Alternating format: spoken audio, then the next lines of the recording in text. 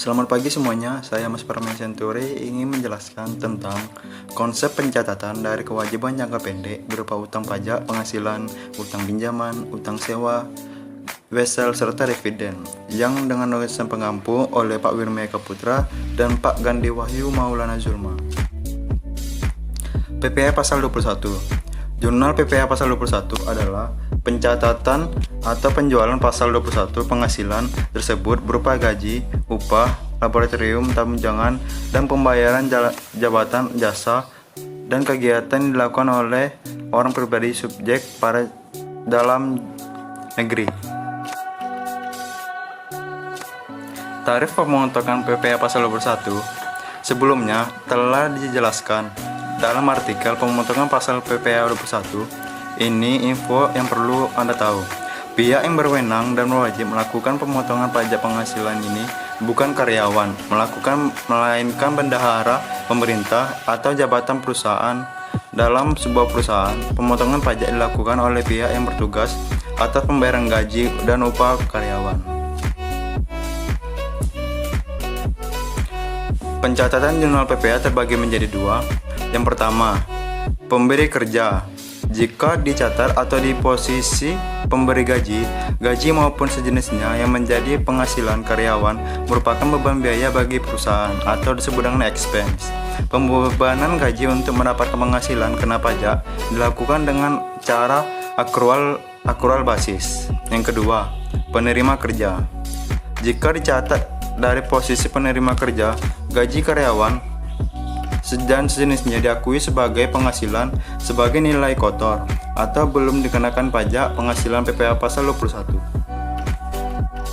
PPh Pasal 23. Jurnal PPh Pasal 23 adalah pencatatan pemotongan pajak atas penghasilan Pasal 23 yang diterima oleh dan diperoleh wajib pajak dalam negeri dalam bentuk uang usaha tetap yang berasal dari modal, penyerahan jasa, ataupun penyelenggara kegiatan selain pemotongan PPh Pasal 21.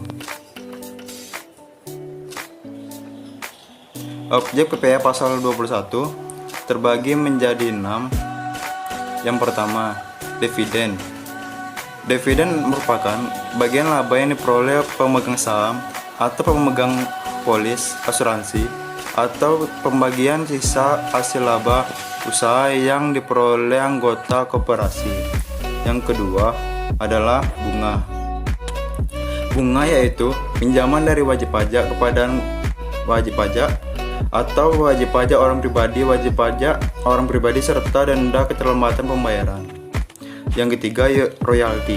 Royalti adalah suatu jumlah yang dibayarkan atau terutang dengan cara perhitungan ataupun baik dilakukan secara berkala maupun tidak, sebagai imbalan penggunaan atau hak menggunakan hak cipta, peralatan, dan informasi. Yang keempat, hadiah atau penghargaan. Dikenakan PPh Pasal 23 jika hadiah atau penghargaan perlombaan atau dan sejenisnya diterima oleh wajib pajak badan termasuk BUT. Yang kelima, sewa dan penghasilan lain. Diperoleh dengan kesepakatan untuk memberikan hak menggunakan harta selama jangka waktu tertentu, baik dengan perjanjian tertulis maupun jangka tidak tertulis. Yang keenam, imbalan. Imbalan sehubungan dengan jasa teknik, jasa manajemen, jasa konstruksi, jasa konsultan, dan jasa lain-lain yang telah dipotong oleh PPh Pasal 23. Tarif pemotongan Pasal 23 adalah atas objek pemotongan PPh Pasal 23 ada 15% atas dividen, bunga, royalti, dan hadiah atau sejenisnya. Kemudian untuk objek pajak sewa, penghasilan lain, serta imbalan sehubungan dengan jasa teknik, jasa manajemen, jasa konstruksi, jasa konsultan, dan jasa yang lain-lain dipotong Pasal 21 yang dikenakan tarif 2%. PPh Pasal 26.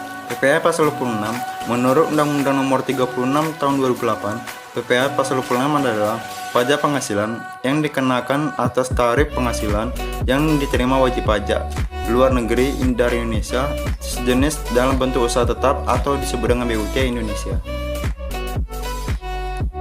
Tarif untuk PPh Pasal 26 terbagi menjadi 8.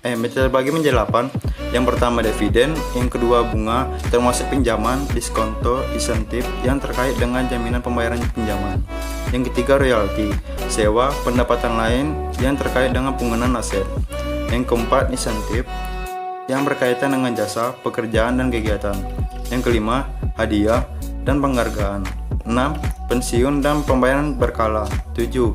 Premi swap dan transaksi lindung lainnya. Yang ke-8. Perolehan keuntungan dari penghapusan utang.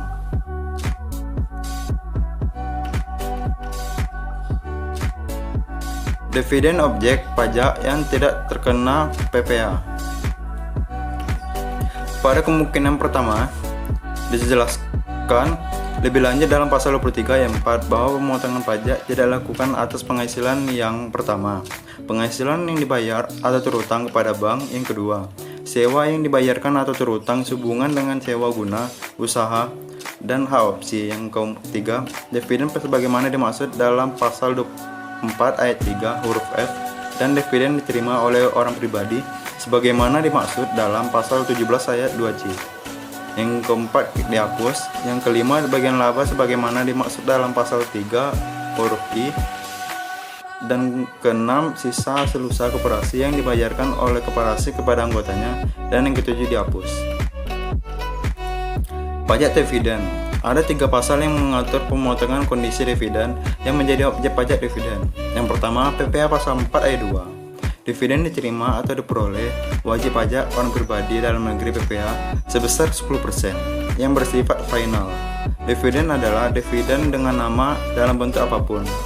Yang kedua, PPh pasal 23. Penerima penghasilan dividen ini merupakan wajib pajak dalam negeri dalam bentuk usaha tetap atau disebut dengan BUT.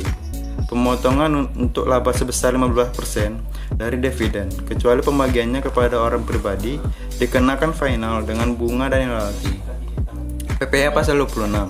Penerima penghasilan dividen merupakan orang pribadi yang tinggal di luar negeri, perusahaan di luar negeri yang mengoperasikan usahanya dalam bentuk usaha tetap di Indonesia.